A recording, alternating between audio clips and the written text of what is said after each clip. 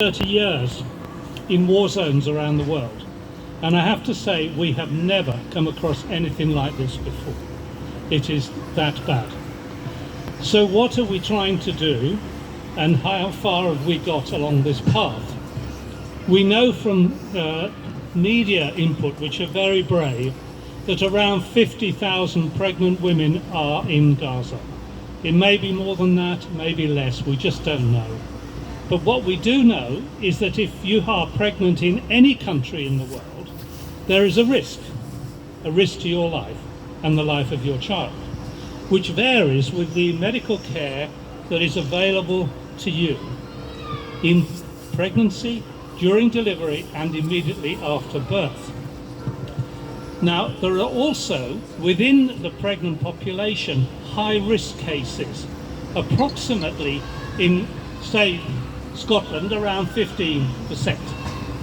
But in a situation like Gaza now, it could well be over 30 or 40% high risk, which means unless you have access to hospital care and you develop a complication, you will die. And it isn't just death, it's the most horrendous death. If you're, for example, in a previous pregnancy, you needed a cesarean section because the baby couldn't get out because you had problems with the size of the baby versus the size of your pelvis, then the cesarean section has left a scar in the uterus. Now, such a woman is at risk of rupturing her uterus during labour.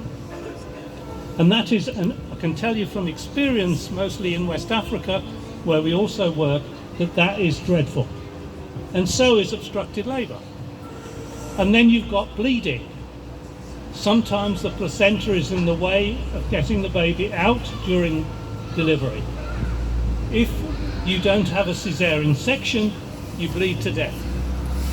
And then after delivery, postpartum hemorrhage is much more likely in the situation in Gaza.